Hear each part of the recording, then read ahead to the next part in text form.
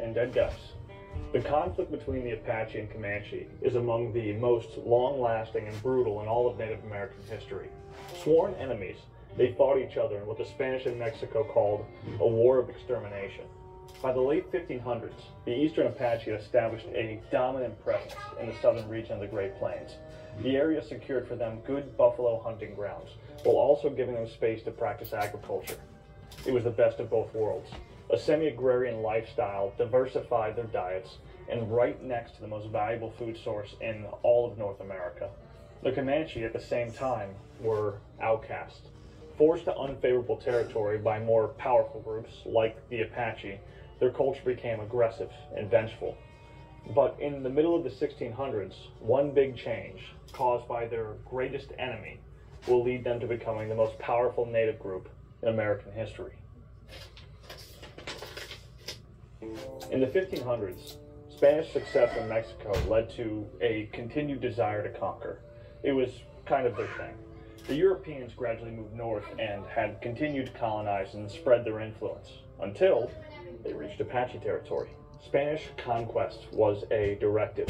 They brought with them metal armor, guns, and hundreds of horses as they spread into the territory of modern New Mexico around 1600. With overwhelming power, they quickly subjugated many native groups within the region. They forced them to take on Christianity and work for them as payment, just as they had done in Central and South America for the previous 100 years.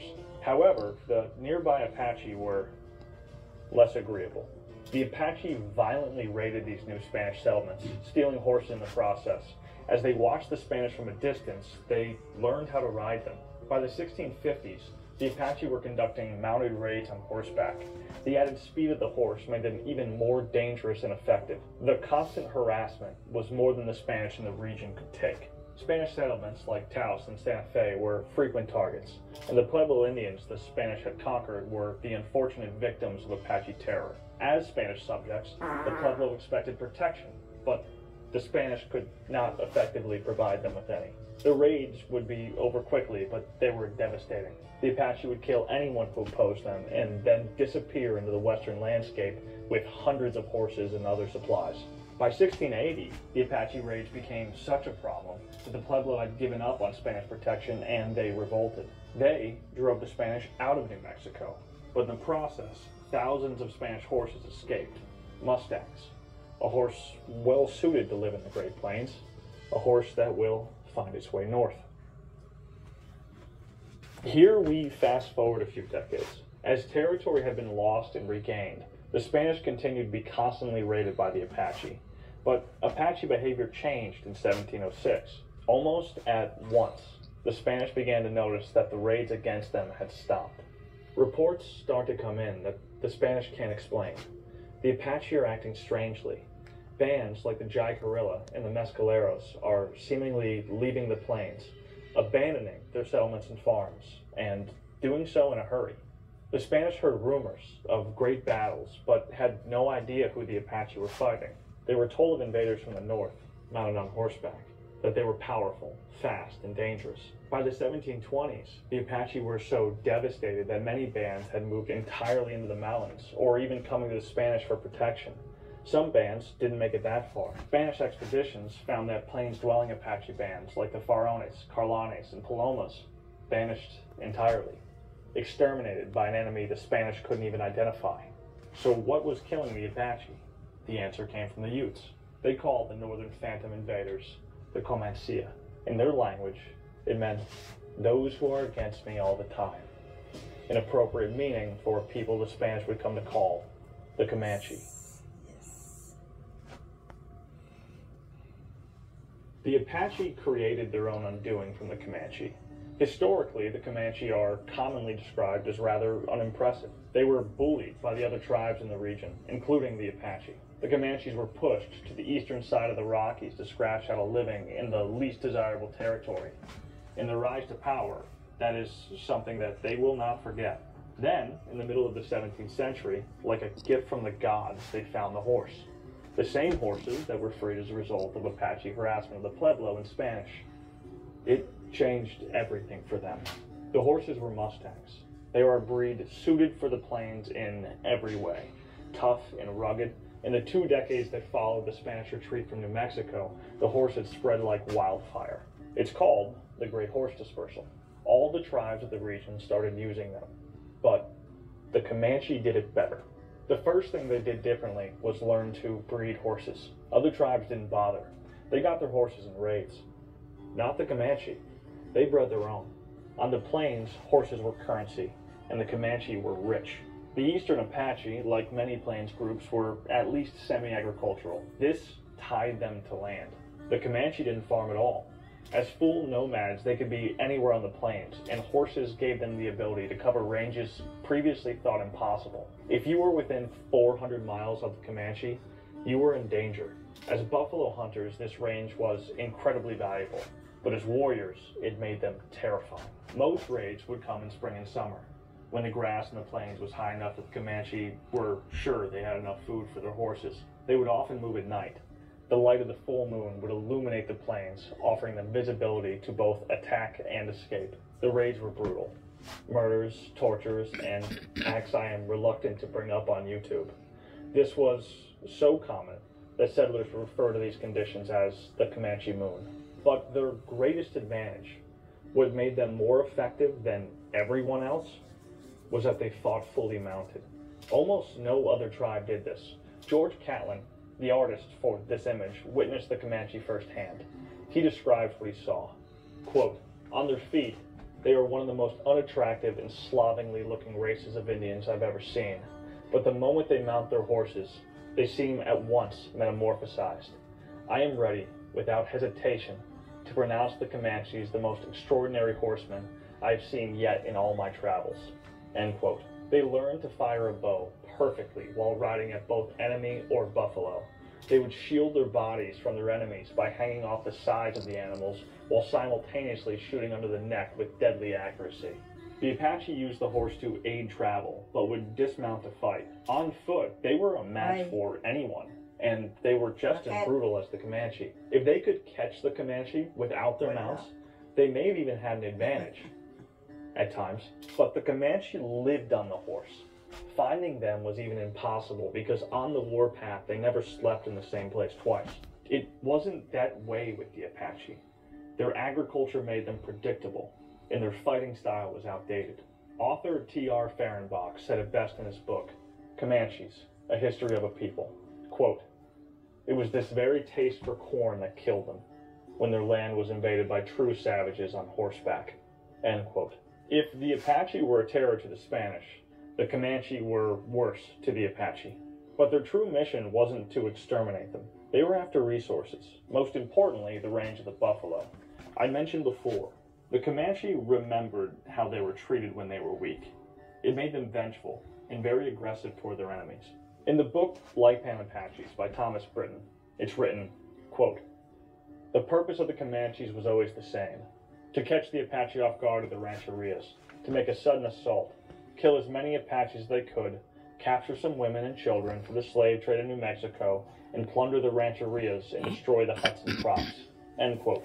The war between these two great powers, lasting decades, has mostly been lost to history. Even the Spanish only witnessed it at a distance. But we do know it was brutal enough that all Comanches everywhere became foes of all Apaches.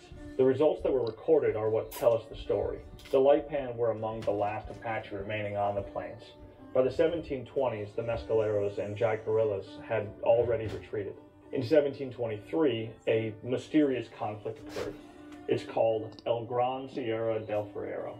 From what we can tell, a massive attack by Comanche against the Lipan lasted several days.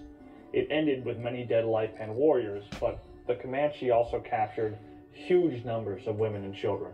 Like the other bands, the Lipan were forced to retreat to the mountains and deserts, stuck as skulkers in the Spanish borderlands, with an overpowering force to the north in the Comanche and a sworn enemy to their south in the Spanish.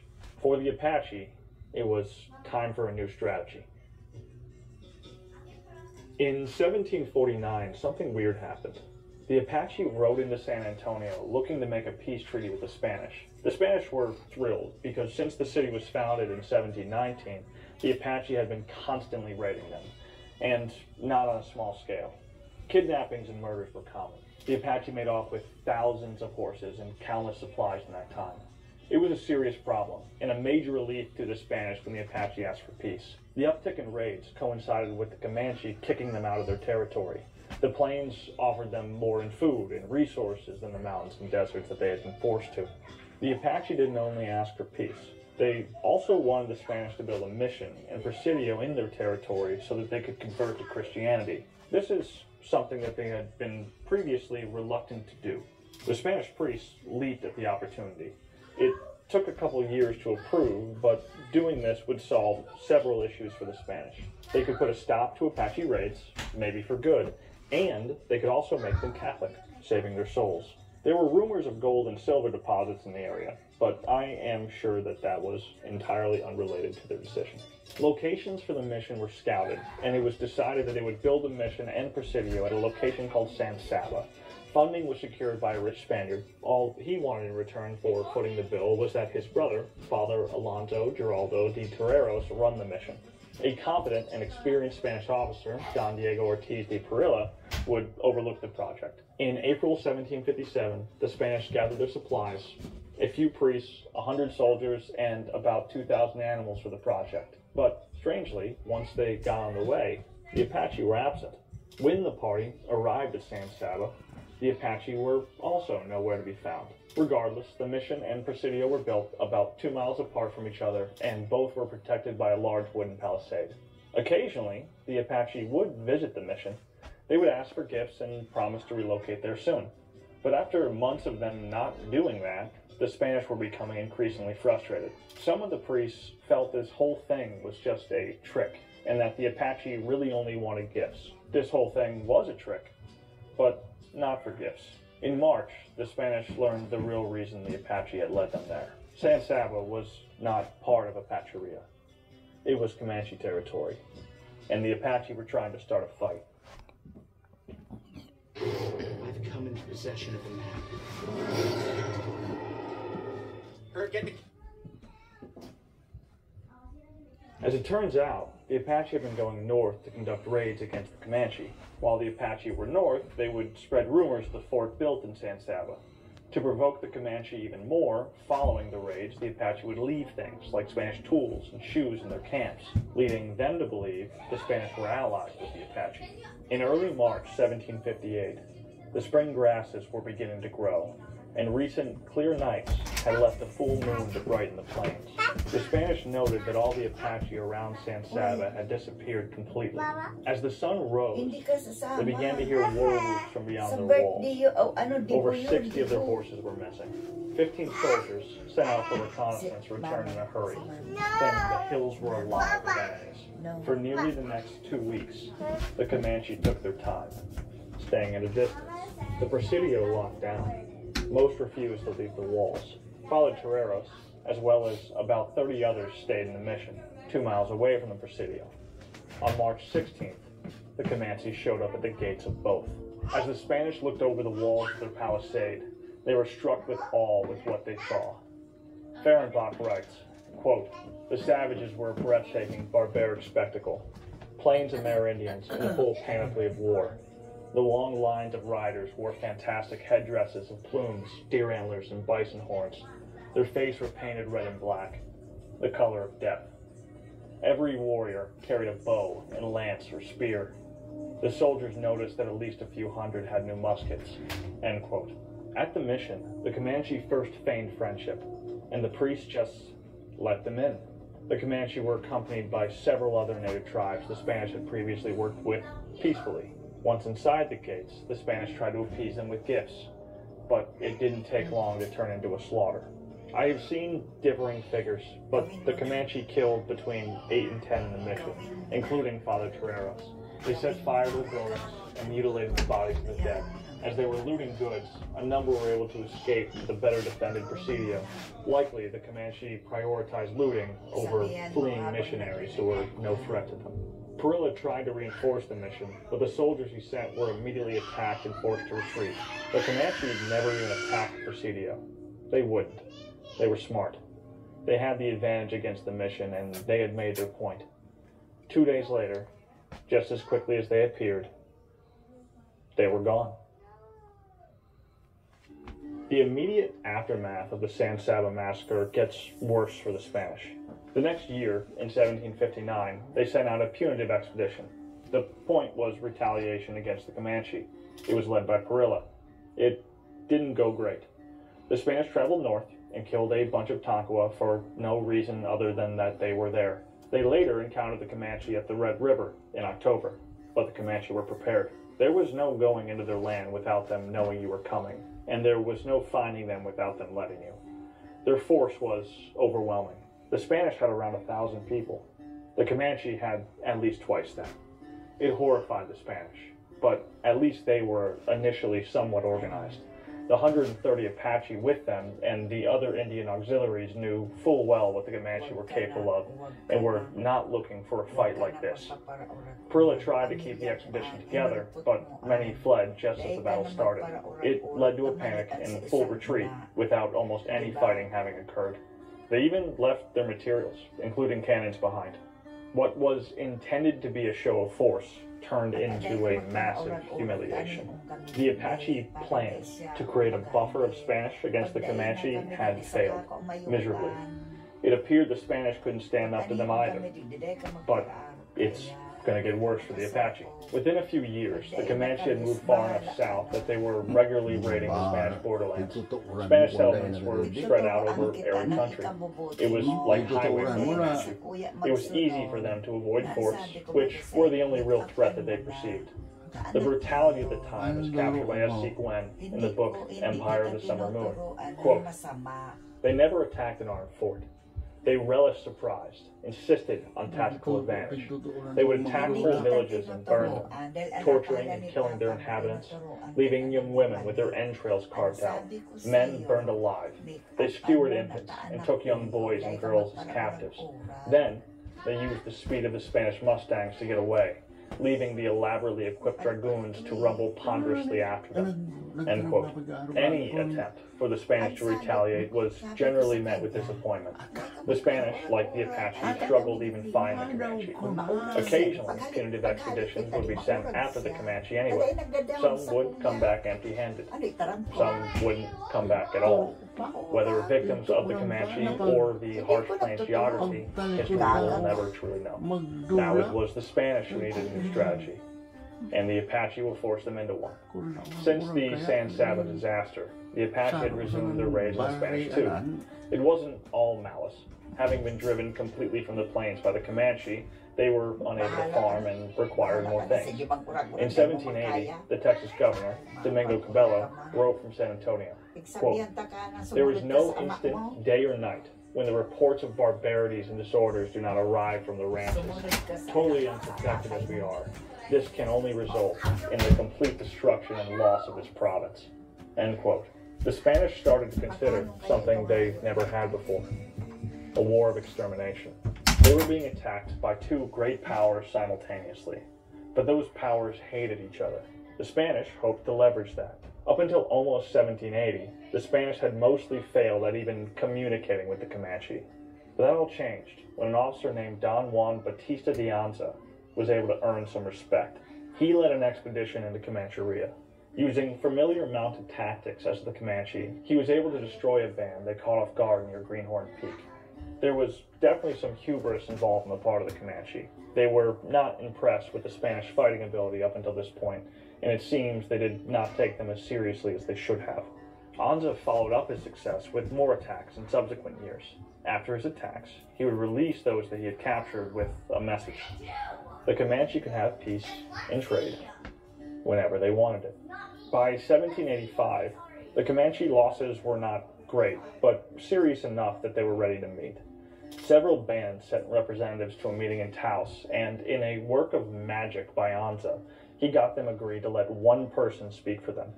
At the end of the meeting, they agreed to three things. 1. The Comanche would stop attacking the Spanish. 2. Trade would open up between the Spanish and the Comanche. And 3. The Comanche would help the Spanish destroy the Apache. This was a massive victory for the Spanish.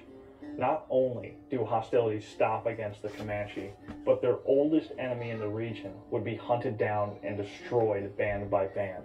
something that the Comanche were happy to agree to. The best example of these Spanish-Comanche campaigns comes from January 1790. A Spanish general, Juan de Ugalde, led a powerful horde of Spanish, Comanche, and Wichitas against the Lipan Apache. Hundreds of warriors were trapped in a canyon west of San Antonio and slaughtered. After their defeat, the Lipan Apache were left with less than 1,000 warriors in total. The tribe, like the rest of the Apache bands, abandoned whatever land they had left on the fringes of Comancheria and retreated entirely into the mountains, again for good. As the most powerful tribe in North America, the Comanche had completed their claim for the plains, and the Spanish, for a time, no longer had to consider the Apache a serious threat to their settlements, and the peace between the Spanish and Comanche held for decades. But the Apache are resilient. On the plains, the Comanches were victorious, but the rugged nature of the mountains made the horses less of an advantage there, and in that environment, the Apache could resist successfully, in that they did. Both the American civilizations of the Spanish and the Comanche would fall before them. But those are stories for another day. Thanks for watching the video. I hope that you enjoyed it.